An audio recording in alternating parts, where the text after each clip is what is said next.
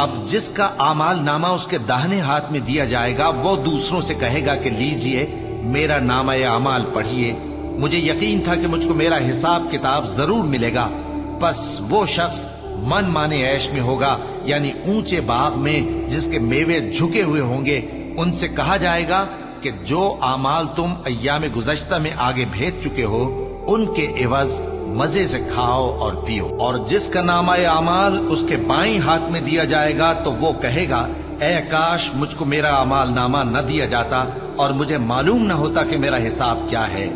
اے کاش موت میرا کام تمام کر چکی ہوتی، آج میرا مال میرے کچھ بھی کام نہ آیا، مجھ سے میرا اقتدار جاتا رہا۔ حکم ہوگا کہ اسے پکڑ لو، اب اسے طوق پہنا دو، پھر دوزخ کی آگ میں اسے جھونک دو، پھر زنجیر سے جس کی لمبائی 70 گز ہے جکڑ دو۔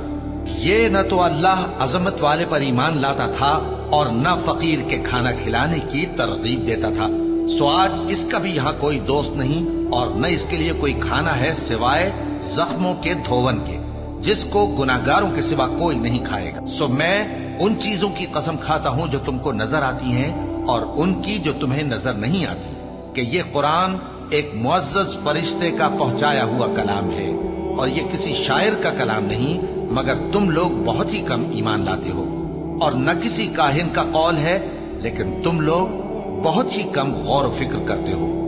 یہ رب العالمین کا اتارا ہوا ہے۔